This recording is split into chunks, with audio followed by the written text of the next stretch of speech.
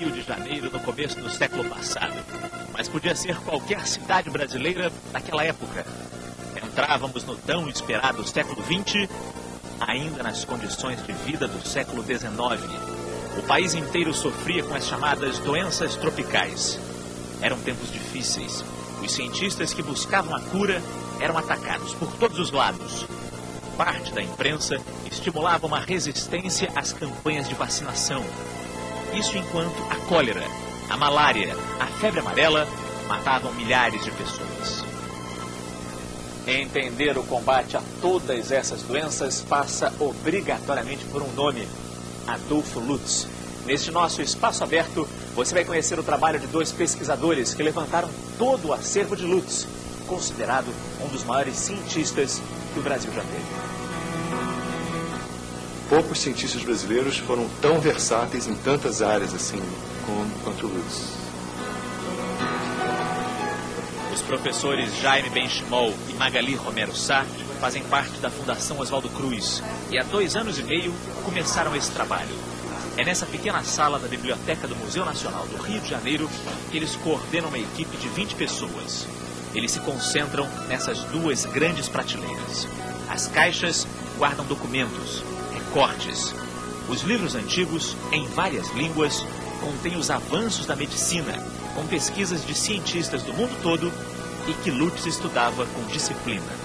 Também são analisadas as quase 4.000 cartas guardadas por Lutz, fruto da correspondência para diversos pesquisadores. 94, escrita em alemão gótico por um médico de Hamburgo. Será traduzida e seu conteúdo jogado para os computadores. Já existe uma relação de pesquisadores com os quais Lutz mantinha uma troca constante de correspondência. A partir daí, é possível descobrir não apenas a influência de Adolfo Lutz, mas também outros importantes nomes da época. Nós tivemos a feliz possibilidade de entrar em contato com a neta de um dos correspondentes do Lutz, o George Clark Blair, e que tínhamos cartas dele aqui e não tínhamos a noção da importância que esse camarada tinha, por exemplo, em Santa Catarina.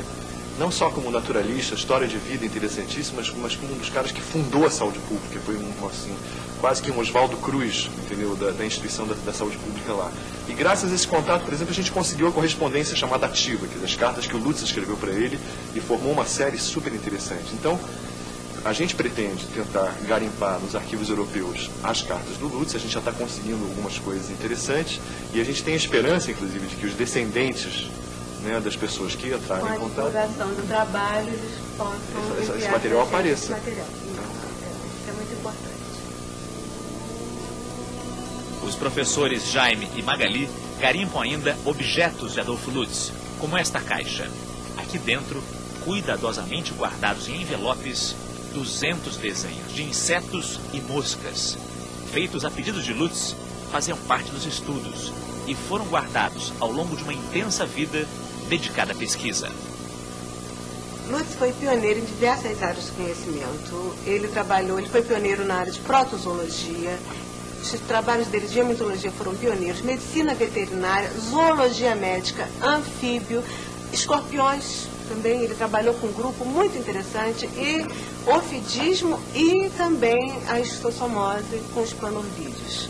Então, não só isso, com micologia também, ele foi pioneiro em vários trabalhos, ele descreveu doenças novas. Então, a contribuição do Lutz é muito, muito relevante para diversas áreas de conhecimento. E esse resgate que nós estamos tentando agora fazer e trazer a público esse grande homem da ciência que Lutz. Falar da história de Adolfo Lutz significa falar de povos que formaram o nosso país. A família de Lutz chegou com uma das primeiras levas de imigrantes suíços. Vinham para o Brasil cheios de esperança, mas em pouco tempo iriam se despedir da nova terra. Eles chegaram em 1850 e foi exatamente quando eclodiu a primeira grande epidemia de febre amarela na cidade do Rio de Janeiro. E deve ter sido uma coisa muito assustadora, porque essa epidemia, de uma população de, de cerca de 150 mil habitantes, uns 90% dessa população foi vitimada pela doença, adoeceu. E as cifras de mortalidade oscilam oficialmente entre 5 mil e oficiosamente entre 11 e 12 mil vítimas. Altíssimo. Altíssimo. Então a cidade ficou num estado de comoção completa. Em 1855, quando Lutz nasceu, o Rio de Janeiro foi vitimado por uma epidemia de cólera muito violenta também, a primeira grande epidemia que chega à cidade. Então acho que essa turbulência epidemiológica certamente contribuiu para a decisão deles de se afastarem daqui. Era um lugar perigoso de se morar no Rio de Janeiro a partir desse período. Em 1857, quando Lutz tinha apenas 2 anos, a família dele decide voltar para a Suíça. Lá, ele irá passar toda a sua juventude. E o Lutz, então, faz os estudos elementares, os estudos secundários e a Faculdade de Medicina em Berna. Depois ele percorre várias capitais europeias, ele faz estudos de especialização em Leipzig, em Hamburgo, em Praga. Ele se especializa em partos, né? Ele frequenta um curso em Londres com Lister, ele conheceu o Pasteur em Paris. Então ele atuou, ele estudou nos centros mais importantes da medicina europeia do período. Até decidir voltar para o Brasil. Quando ele se forma, ele vai fazer essa tour, né? Depois ele centros europeus, ele vai para Londres, ele vai para Paris, e aí depois é que ele vem. Ele se forma em 77, ele passa 3 anos fazendo estudos de especialização nessas capitais alemãs, sobretudo. Ele passa por Paris e Londres, mas assim, os estudos dele são sobretudo nos países germânicos. Ele fica interno no hospital durante um período. E é interessante que lá ele publica, antes, ainda quando estudante, o primeiro trabalho que é um trabalho premiado, que ele vai trabalhar com cladóceras, os pequenos crustáceos de água doce. Então, quando ele está nesse momento, estava na Alemanha, principalmente em Leipzig, eles criaram um centro de estudos zoológicos, eles estavam naquela parte das descobertas, dos micro-organismos, dos parasitas, ele está envolvido nesse contexto, e quando ele volta para Berna, em Leipzig, ele começa a coletar num lago, que o professor dele era um professor de zoologia, ele volta para Berna, coleta também, e publica um trabalho que é premiado, descrevendo espécie nova, e ele era uma pessoa já na época bem voltada para essa área. Esse camarada que orienta ele é o Leuckart, né? É considerado assim, um dos fundadores da moderna parasitologia. Quer dizer, acaba aquela teoria da geração espontânea, tá? Que até então vinha, já é uma nova fase dos estudos zoológicos, botânicos e médicos. É uma época chave para a medicina mundial e Adolfo Lutz está lá, convivendo com tudo isso de muito perto, aprendendo tudo isso. Quando que ele decide voltar para o Brasil, o mesmo país que expulsou, entre aspas, a sua família exatamente por causa de uma doença? Ele vem e começa a clinicar aqui nos anos 80. Quantos anos ele tinha mais ou menos? 80, ele nasceu em 55, 25. 25 anos. Ele vem, ele tem inicialmente que credenciar o diploma dele, ele faz algumas provas, ele escreve um artigo que é publicado no jornal suíço muito interessante sobre a situação do ensino médico no Brasil. Ele comenta, por exemplo, nesse período em que ele chega, é o momento em que começa uma reforma muito importante nas faculdades de medicina do Rio de Janeiro e Salvador, em que se introduzem os laboratórios, o ensino prático. Então ele reconhece a importância disso, mas ele ainda fala que os brasileiros são muito... que reina, entendeu, assim, nos círculos, nas elites brasileiras, assim, o compadrio, né, quem indica, né, assim, o mérito conta muito pouco.